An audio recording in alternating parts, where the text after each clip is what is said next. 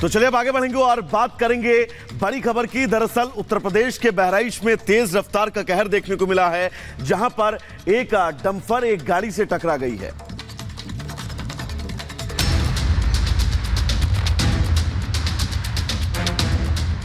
पाकिस्तान की सत्ता संभालते ही शहबाज शरीफ को 2 दिनों में 2 झटके लगे। पहला झटका सऊदी अरब से लगा और दूसरा झटका सुपर पावर अमेरिका से लगा। पाकिस्तान में नई सरकार बनी, ताज शहबाज शरीफ के सिर पर सजा। पाकिस्तान और पाकिस्तान के हुक्मरान हमेशा से अंतर्राष्ट्रीय मंचों पर कश्मीर राग अलापने और भारत के खिलाफ जकर उगलते रहे हैं। शहबाज भी उसी उम्मीद में सऊदी अरब पहुंचे, जहां शहबाज को इतना बड़ा झटका मिला कि वो शायद ही उससे उबर पाएंगे।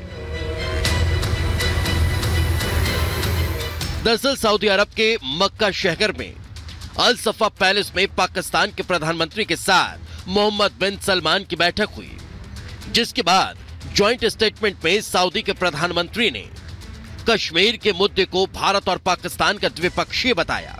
साथ ही कहा कि दोनों देशों को आपस में बातचीत करके अपने मुद्दों को सुलझाना चाहिए। खासतौर पर जम्मू कश्मीर में शांति कायम रखने के लिए दोनों देशों को इस विवाद पर बात करनी चाहिए। मोदी सरकार के सत्ता में आने के बाद से सऊदी और भारत के रिश्ते काफी बेहतर हुए हैं। यही वजह है कि सऊदी अरब ने कश्मीर के मुद्दे पर एक तरफा बात नहीं की। सऊदी अरब ने हमेशा से ही दोनों देशों के बीच बातचीत से ही इस मुद्दे का हल बताया है। ऐसे में सऊदी अरब का एक बार फिर वही रुख शहबाज और पाकिस्तान के लिए किसी झटके से कम नहीं है।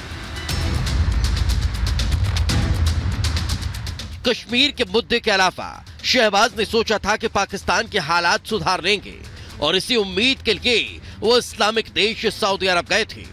उम्मीद तो थी कि सऊदी अरब से मुल्क के हालात सुधारने के लिए मदद मिलेगी, लेकिन हाथ लगी तो निराशा।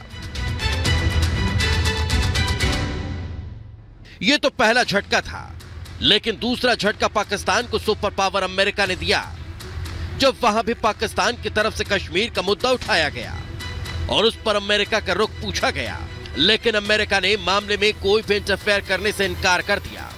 Been following the media reports about this issue. We don't have any comment on the underlying allegations, but of course, while we're not going to get in the middle of this situation, we encourage both sides to avoid escalation and find a resolution through dialogue. ये नए भारत की नई विदेश नीति है, जो action पर भरोसा करती है, यानी जो जैसी भाषा समझता है उसे उसी भाषा में जवाब दिया जाता है।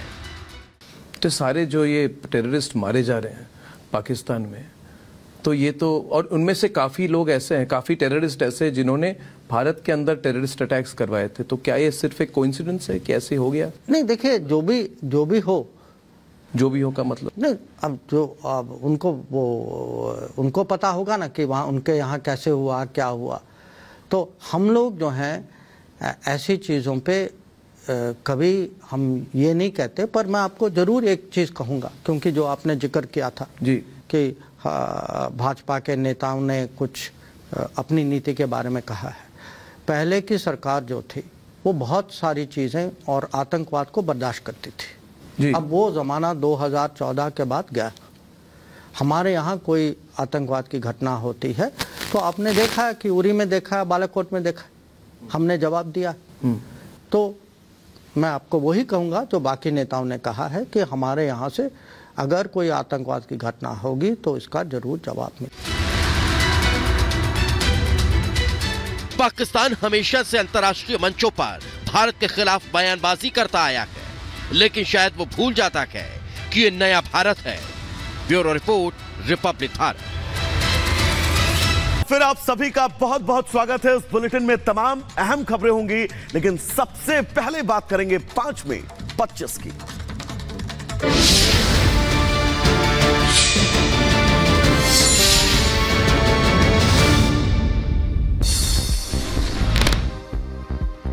रक्षा मंत्री राजनाथ सिंह की विकसित भारत पर बयान, कहा बीजेपी भारत को विकसित भारत बनाना चाहती है, डिफेंस में भी भारत आगे बढ़ रहा है।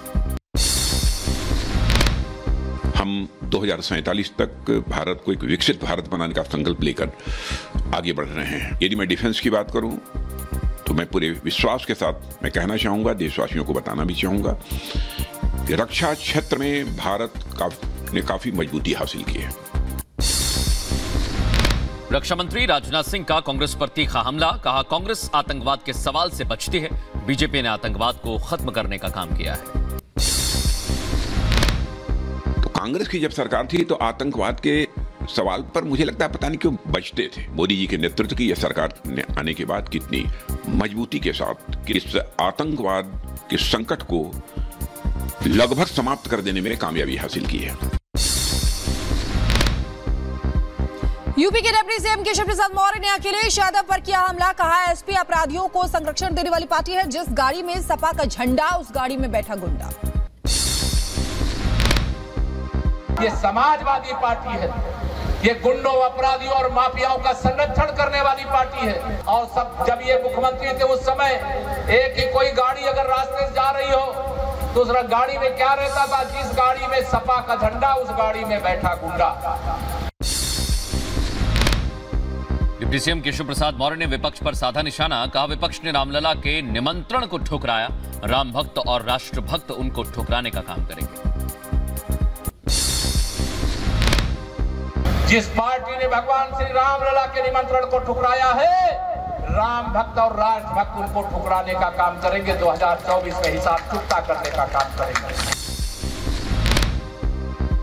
रिपब्लिक भारत से बोले टीएमसी नेता शत्रुघ्न सिन्हा, कहा बीजेपी ने अभी तक आसनसोल से उम्मीदवार की घोषणा नहीं की है, पवन सिंह को नाम वापस लेने के लिए मजबूर किया गया। मैदान छोड़कर भागे पवन सिंह जी आए थे, वहां पे उन्हें भेजा गया था, उन्होंने विड्रॉ किया या उनसे विड्रॉ करा लिया गया, ये सब बातें उनका इंटरनल अफेयर है।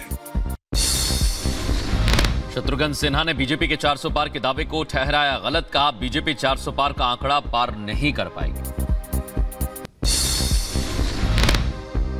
कह तो दिया उन्होंने की बार 400 पार, लेकिन 400 पार कहीं किसी कीमत पे दिखाई नहीं पड़ती है। 370 कहां से 370 करेंगे?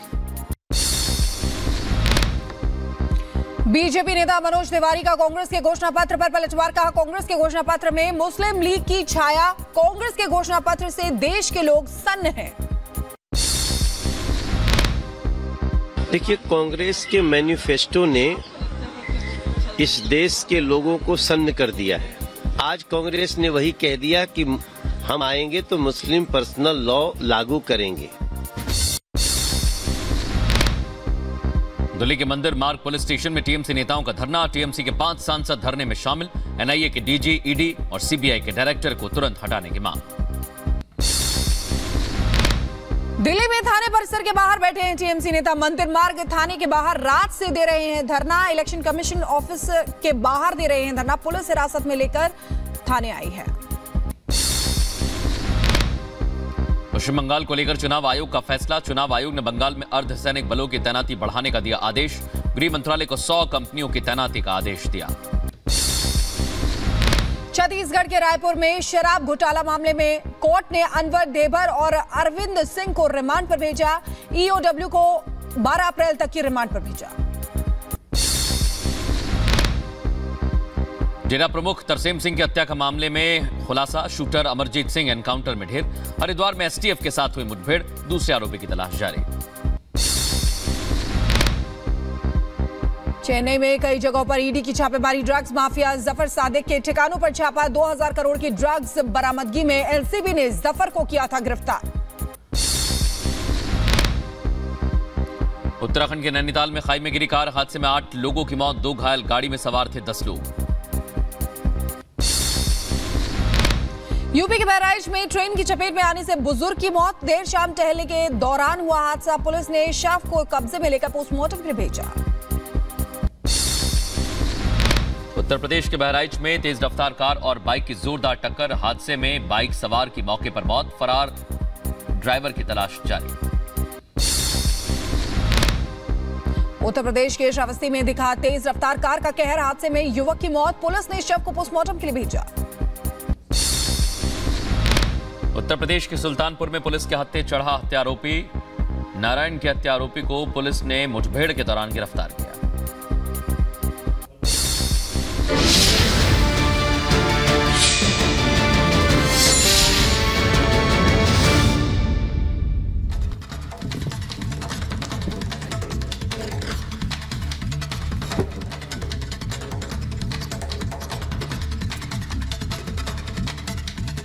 तो चलिए अब आगे बढ़ेंगे और बात करेंगे बड़ी खबर की। दरअसल उत्तर प्रदेश के बहराइच में तेज रफ्तार का कहर देखने को मिला है, जहां पर एक डंपर एक गाड़ी से टकरा गई है।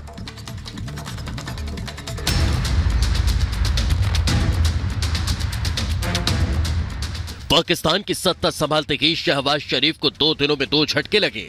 पहला झटका सऊदी अरब से लगा और दूसरा झटका सुपर पावर अमेरिका से लगा। पाकिस्तान में नई सरकार बनी, ताज शहबाज शरीफ के सिर पर सजा। पाकिस्तान और पाकिस्तान के हुक्मरान हमेशा से अंतर्राष्ट्रीय मंचों पर कश्मीर राग अलापने और भारत के खिलाफ जहर उगलते रहे हैं। शहबाज भी उसी उम्मीद में सऊदी अरब पहुंचे, जहां शहबाज को इतना बड़ा झटका मिला कि वो शायद ही उससे उबर पाएंगे। दरअसल सऊदी अरब के मक्का शहर में अल सफा पैलेस में पाकिस्तान के प्रधानमंत्री के साथ मोहम्मद बिन सलमान की बैठक हुई, जिसके बाद जॉइंट स्टेटमेंट में सऊदी के प्रधानमंत्री ने कश्मीर के मुद्दे को भारत और पाकिस्तान का द्विपक्षीय बताया। साथ ही कहा कि दोनों देशों को आपस में बातचीत करके अपने मुद्दों को सुलझाना चाहिए। खासतौर पर जम्मू कश्मीर में शांति कायम रखने के लिए दोनों देशों को इस विवाद पर बात करनी चाहिए। मोदी सरकार के सत्ता में आने के बाद से सऊदी और भारत के रिश्ते काफी बेहतर हुए हैं। यही वजह है कि सऊदी अरब ने कश्मीर के मुद्दे पर एक तरफा बात नहीं की। सऊदी अरब ने हमेशा से ही दोनों देशों के बीच बातचीत से ही इस मुद्दे का हल बताया है। ऐसे में सऊदी अरब का एक बार फिर वही रुख शहबाज और पाकिस्तान के लिए किसी झटके से कम नहीं है। कश्मीर के मुद्दे के अलावा शहबाज ने सोचा था कि पाकिस्तान के हालात सुधार लेंगे और इसी उम्मीद के लिए वो इस्लामिक देश सऊदी अरब गए थे।